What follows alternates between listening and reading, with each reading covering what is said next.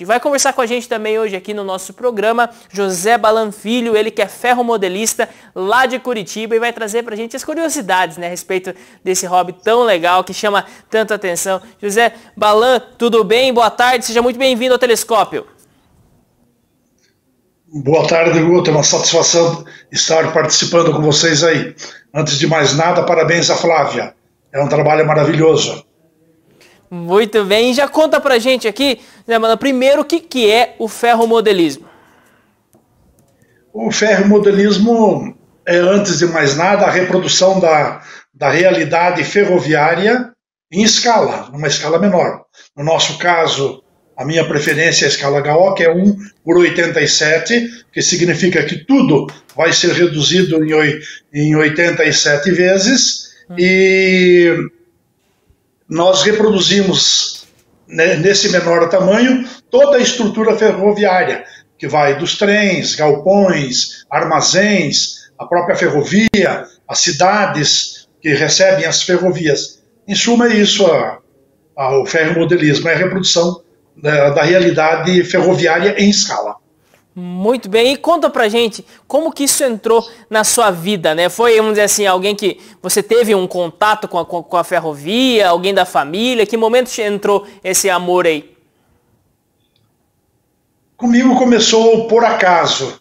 Minha filha precisava fazer um trabalho de escola, eu ajudei, gostei do resultado e ela também, que acabou ganhando um prêmio, e como havia na minha casa uma mesa de ping-pong que era completamente inútil, eu resolvi montar sobre ela uma maquete, né? E a partir daí, eu gostei, acabei vendendo, quando vendi minha casa, acabei vendendo a maquete junto, e na primeira oportunidade que tive, eu voltei. E voltei particularmente porque a internet nos ofereceu um mundo diferente, com produtos que você poderia comprar em qualquer lugar do mundo, e isso possibilitou a mim que, tendo um bom projeto, eu conseguiria muito material comprando em qualquer lugar do mundo, desde que investisse um pouco. Então nasceu realmente da necessidade de ajudar a minha filha num trabalho escolar, e aí resolvi ocupar aquela mesa de ping-pong que estava lá encostada num canto na minha casa. Foi por isso que eu voltei. Olha só que legal, e algo que até quando eu estava pesquisando aqui para essa entrevista, tudo, eu vi que também faz parte muito desse mundo, né? É justamente o cenário, né? Essa maquete, o local, não é simplesmente o trem, o vagão, tem algumas fotos até que o pessoal está colocando aqui na tela pra gente aqui. Se você puder comentar um pouquinho, né? Que também daí todas as outras coisas elas sofrem também essa mesma redução de escala para ficar tudo legal. Eu vi até que tem alguns iluminados aqui. Como que é fazer também esses cenários? Olha, um projeto como esse que você está vendo na tela aí, que é a Valene, é uma siderúrgica nos moldes das siderúrgicas americanas do século passado, de década de 40 a 60. Primeiro, um bom projeto, você tem que entender o que é uma siderúrgica. Então fiz estudos, comprei livros sobre isso, para entender a estrutura funcional de uma siderúrgica. Onde é que entra o minério, como é que ele é processado, como é que ele vai para o alto forno, como é que é feita a laminação, quais são os setores industriais diferentes. Imaginei uma forma, no espaço que eu tinha disponível, para dispor esses elementos industriais de tal forma que o trem, em outras palavras, os trilhos, pudesse acessar todas essas unidades. E foi fazendo isso, estudando bastante isso, que acabou surgindo a Valene, que é o meu principal trabalho, e que hoje eu, quando viajo, a convite de prefeituras, de secretarias de cultura, ou de eventos que acontecem pelo país, é essa maquete que eu levo para mostrar o meu trabalho e para incentivar a garotada a entrar nesse hobby. Muito bem, e quanto, vamos dizer assim, as miniaturas, né, também o próprio trem mesmo, os vagões, eles são sempre, vamos dizer assim, comprados já feito, ou tem muitas pessoas também que fazem as suas réplicas, tudo? Como que funciona? Não, você tem a opção de comprar pronto, como é o meu caso. Eu não sou uma pessoa muito dado ao material rodante, que eu chamo, né, que é a locomotiva, os vagões, carros, né, e outros materiais que vão na maquete. Eu não mexo com isso, não é a minha área. A minha área, como você deve ter visto na foto anterior, é trabalhar com cenário. Eu gosto do cenário. Né? Mas há muita gente que trabalha com muita competência, desde a fabricação, nascendo do zero uma locomotiva ou um vagão, até os mínimos detalhes. Né? Eu gosto muito de ver esse trabalho, mas não é minha praia. A minha praia, efetivamente, é cuidar do cenário e fazer com que ele seja o mais realista possível. No caso dessa siderúrgica que apareceu agora, a foto agora há pouco, uma boa parte dela, inclusive, é projeto meu. Há kits internacionais que você acha para comprar, esta aí mesmo. Há kits que você acha para comprar, acha. Mas você, a partir do kit, você faz modificações e muito do que está aí, inclusive toda a iluminação, é trabalho meu. Cada poste desse sou eu que fabrico, cada postezinho de jardim sou eu que fabrico. E há muita estrutura industrial que está aí nessa maquete que eu desenhei, mandei para um profissional que pudesse cortar em máquinas apropriadas, ele me devolveu, montei e pude fazer um projeto diferenciado. Esse aí, por exemplo, nós chamamos de Casa das Corridas da Siderúrgica, é onde sai o ferro gusa de dentro do alto forno e desce para esses carros que estão na parte de baixo ali, chamados carros torpedo. Então, se você observar o cenário, você vai ver que tem muito de realismo. Então, esse realismo, ele nasce, primeiro, da tua capacidade de execução e da capacidade de observação da realidade. Né? Então, além de tudo, o controle rigoroso da escala. Eu não faço nada que não esteja dentro da escala. Se não estiver dentro da escala, eu não faço. Essa imagem que vocês estão vendo aí é um adendo que estou fazendo à siderúrgica, e é exatamente o porto onde chega o minério para essa siderúrgica. Como curiosidade, bastaria lembrar que, mesmo sendo 87 vezes menor que a realidade, esse pedaço da maquete que vocês estão vendo tem 5 metros de comprimento. O que equivaleria na escala real quase meio quilômetro. Então, quando você traz qualquer realidade para essa dimensão da escala, é muito difícil de trabalhar, é muito difícil de você executar, que são tão pequenos detalhes, que fica difícil, mas não é impossível. Vocês estão vendo o que está saindo aí. Embora a foto que eu registrei, onde eu estou preparando a base do porto, falta muita coisa, né? Isso aí é só a parte básica, falta o equipamento que vai em cima. Mas quero dizer para vocês que fazer isso aí é algo extremamente prazeroso. É mesmo, e assim, vamos colocar aqui pro pessoal entender um pouco mais desse amor, assim, né, que muitas horas, assim, você acaba indo ali, cuidando dos detalhes, você já tem, vamos dizer assim, uma foto que você pegou de alguma empresa antiga, ou é tudo na cabeça mesmo, você consegue fazer um desenho ali, vai criando na hora, como que é? Não, no meu caso, modéstia à parte, todos esses projetos nascem da minha cabeça. Mesmo a própria siderúrgica, eu não teria como reproduzir uma siderúrgica normal, que às vezes ela tem 2, 3 quilômetros de área construída dentro de um tablado, como é o meu caso aí, de 2,40 metros com um porto agora, por 5 metros de comprimento.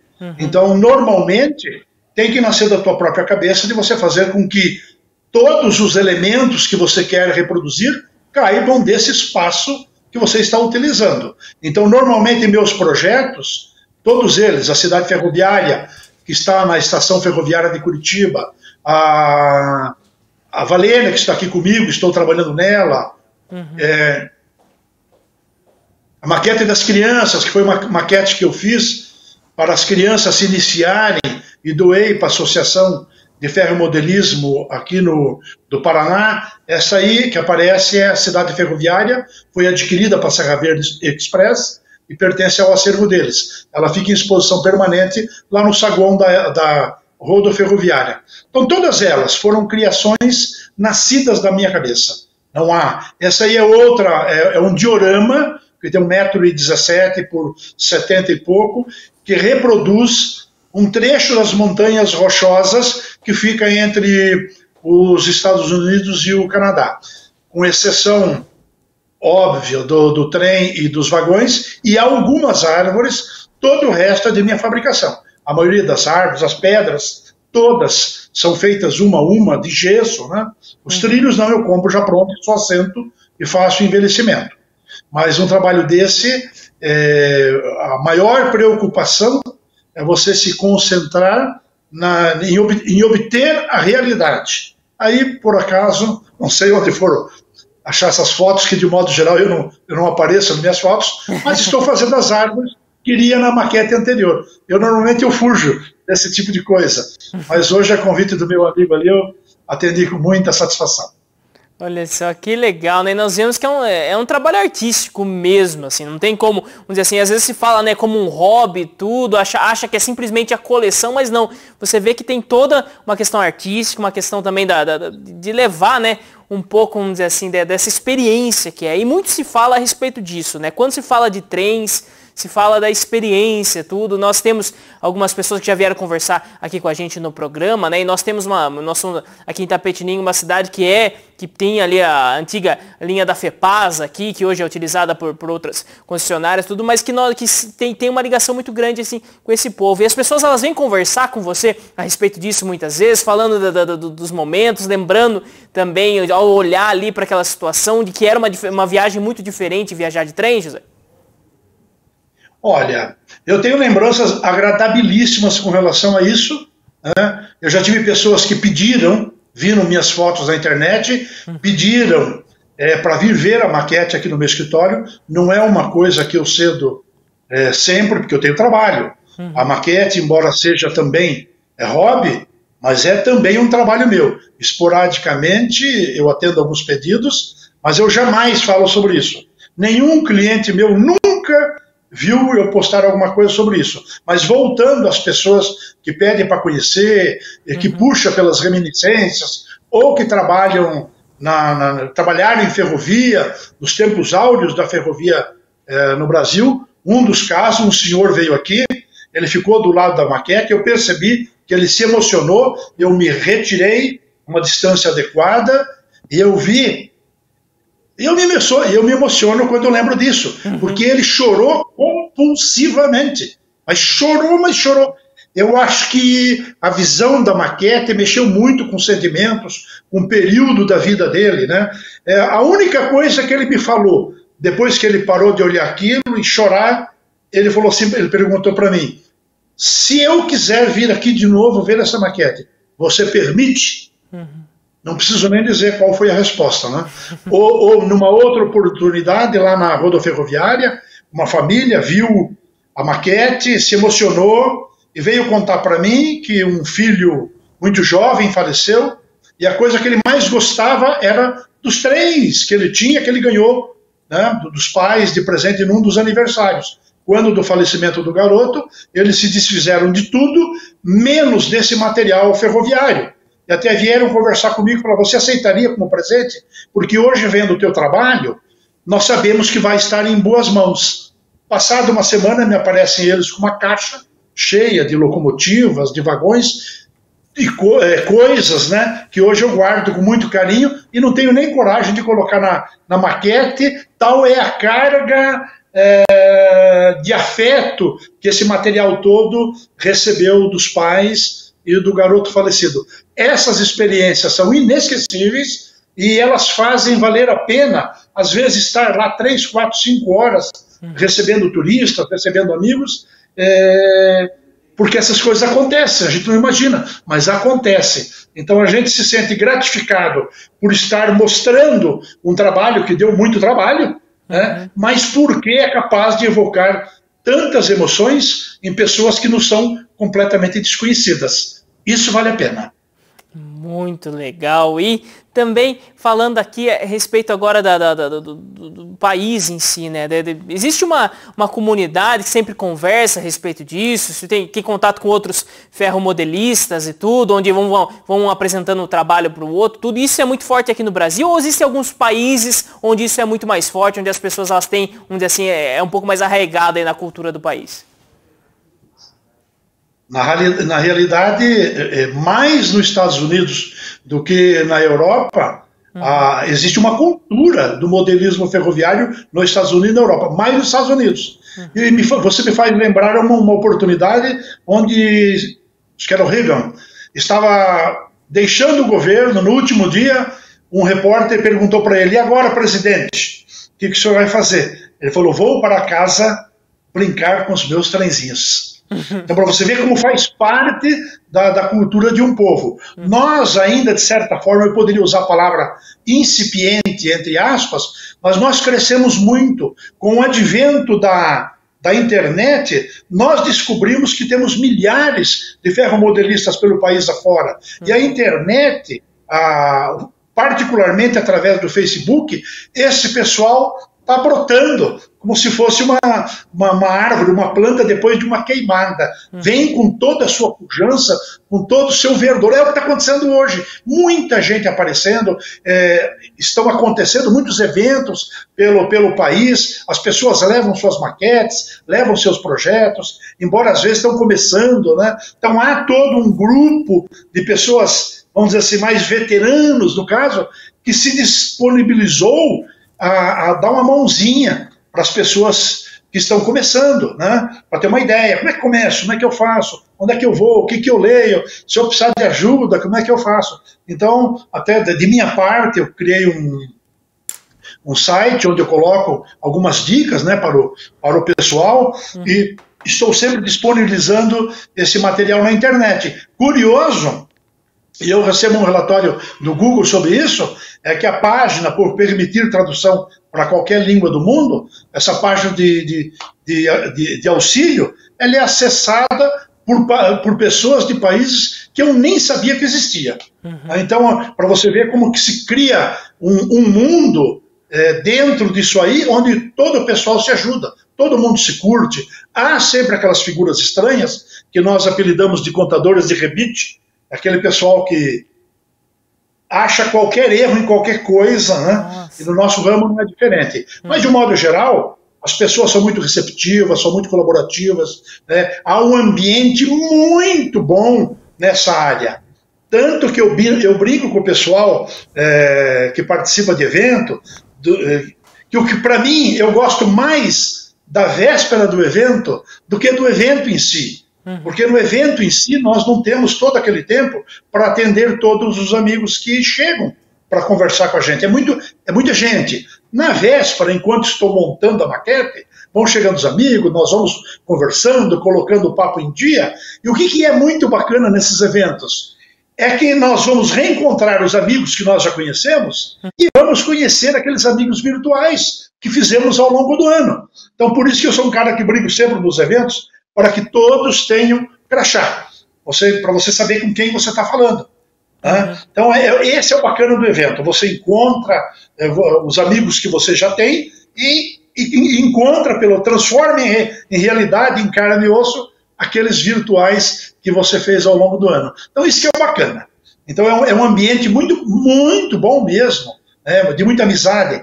Só para você ter uma ideia, os amigos que eu fiz ao longo da vida, da universidade, do trabalho, da cidade que eu morava, esses todos eu perdi praticamente quase todos pelo caminho. Hoje, a maioria dos amigos que eu convivo, que eu visito, que nós curtimos coisas juntas, são todos surgidos do ferromodelismo. Então, acho que só por isso você tem uma ideia da importância que isso representa na minha vida. Muito legal. E falando aqui, acho que você já colocou um pouco disso, né? Mas que é algo, vamos dizer assim, que vendo, né, essas novas pessoas surgindo, tendo esse interesse também, essa coisa mostra assim que é algo que tem essa esperança mesmo de continuar vivo, de continuar acontecendo, que é algo que chama mesmo a atenção. Acho que todo mundo vendo as fotos aqui, eu pedi pro pessoal colocar depois mais um pouco das fotos, né? Mas você vê que é algo assim que não vai ficar para trás, né? Algo que vai continuar, mesmo, vamos dizer assim, hoje já principalmente a ferrovia de transporte de passageiros, ela ter sido abandonada em muitos locais, não ser mais tão forte, né? Mas mesmo assim ele continua sendo aí algo que chama muito a atenção. Se puder comentar um pouquinho disso, vocês veem mesmo essa esperança mesmo desse trabalho de continuar nas próximas gerações? Olha, eu acredito muito, porque se eu usei a palavra incipiente agora há pouco, é porque nós não tínhamos muitas formas de contato. Eu me lembro que quando eu comecei, se eu tivesse uma pergunta sobre o assunto, eu mandava para o fabricante do equipamento, torcia para que ele respondesse E se ele respondesse, possivelmente a minha pergunta voltaria 3 meses depois. Hoje não. Hoje nós temos um contato praticamente imediato. E essa facilidade de comunicação, de mostrar o trabalho, está estimulando muita gente a entrar. E você não esqueça que nós perdemos a cultura ferroviária a partir do momento que, por decisões de governo ou não vou questionar aqui, foi-se dado prioridade ao transporte rodoviário em detrimento do transporte ferroviário. Mas hoje os novos governos, graças a Deus, estão conscientes de que não é possível um país continental concentrar todo o seu transporte por rodovias. A ferrovia é indispensável. Então ela vai entrar, os governos querendo ou não, ela vai ter que voltar forçada pela própria realidade. À medida em que o trem começa a voltar na nossa vida, é só você prestar atenção como estão surgindo passeios de trem em diversos lugares do Brasil. E esse trem que está aparecendo, a Maria Fumaça, não importa se ela vai servir apenas para passeio, para saudosista, mas o retorno do trem das empresas que estão sendo licitadas pelo governo, que entram no sistema ferroviário de transporte de carga e de passageiros já, mais todos esses trens turísticos que estão aparecendo no país, eles vão devagarinho, sim, formando uma consciência ferroviária e um hobby relativo a isso. É só você prestar atenção, vá numa loja e tente comprar alguma coisa, qualquer lembrança, qualquer coisa relativa a trem. Você não acha, não vai achar simplesmente porque nós não temos cultura nenhuma com relação a isso. E há um grupo muito grande trabalhando para a divulgação desse nosso hobby. E a gente percebe que os jovens também estão chegando. Não é só adulto que quis brincar de trenzinho na infância, mas não tinha como comprar e hoje tem dinheiro, compra. Não, existe sim um grupo grande de jovens entrando nisso. Os eventos são provas do interesse dessa garotada. Às vezes, num evento, 50% é garotada, não é só adulto. Então, há sim, eu acredito firmemente, na evolução do hobby, no crescimento do hobby, tanto em quantidade como em qualidade. E hoje essa internet, aquilo que eu comentei bem no começo, da possibilidade de você adquirir material, tem facilitado muito você fazer bons projetos.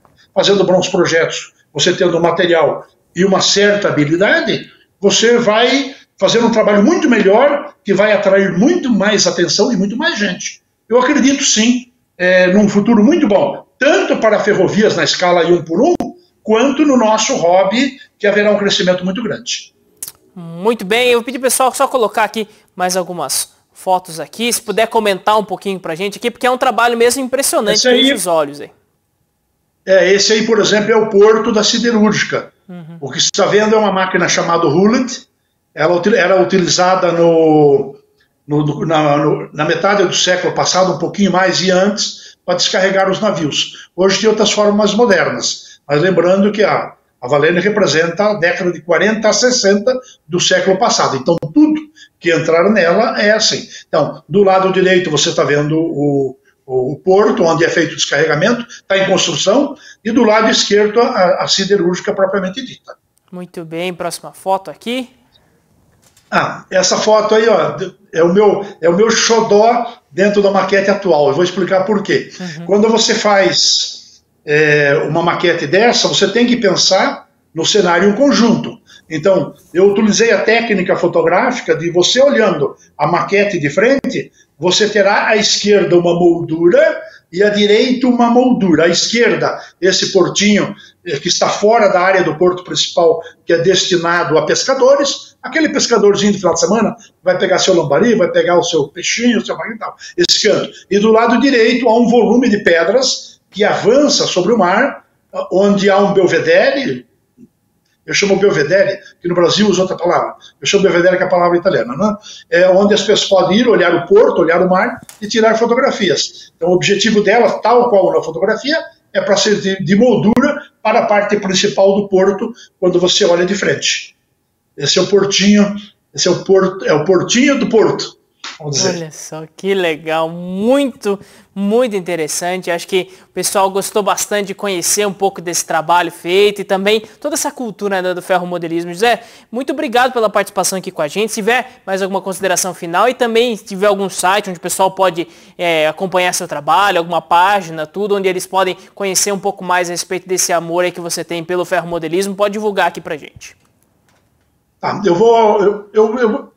eu dirijo principalmente que as pessoas procurem meu nome no Facebook, é José Balan Filho, adicione e tenho sempre material. Mas eu quero deixar duas coisas que eu considero importantes nisso. Uhum. Quando você faz uma maquete, você pode fazê-la sozinho ou pode fazer com amigos. Se você fizer sozinho, você vai exercitar diversas habilidades. Se você reunir um grupo, você poderá concentrar nessa maquete as habilidades individuais. E ela consiste de marcenaria, de eletricidade, de eletrônica, de pintura. É uma série de coisas que você vai utilizar para fazer uma maquete de qualidade. E com relação a esse aspecto, quando você abre o teu espaço para outros amigos participarem, você não está abrindo, você convidou 5 amigos para vir te ajudar a fazer maquete ou querem participar. Você não está abrindo para 5, você está abrindo exponencialmente, porque é um grupo muito maior. As pessoas relativas a parentes desses que vieram e amigos desses que vieram, então você cria um universo muito maior. E com relação à minha felicidade, o que aconteceu na minha vida com relação ao hobby, já falei sobre hoje qual é a minha relação social principal, são pessoas nascidas do hobby. E com relação à minha própria pessoa sobre o hobby, embora eu faça trabalhos profissionais, né, não é o principal, mas eu faço. Eu vou resumir toda a minha participação com você aqui, Guto, e para encerrar o nosso diálogo também, da seguinte forma, uma frase que eu cunhei para mim. Uhum. Houve um tempo em que eu trabalhava para curtir o meu hobby. Hoje eu curto o meu hobby para conseguir trabalhar. Uhum. Olha só que beleza, não? Uma alegria muito grande poder ter conhecido um pouco aí desse trabalho, desse hobby. José Balan Filho conversou com a gente aqui, ele que é ferromodelista lá de Curitiba.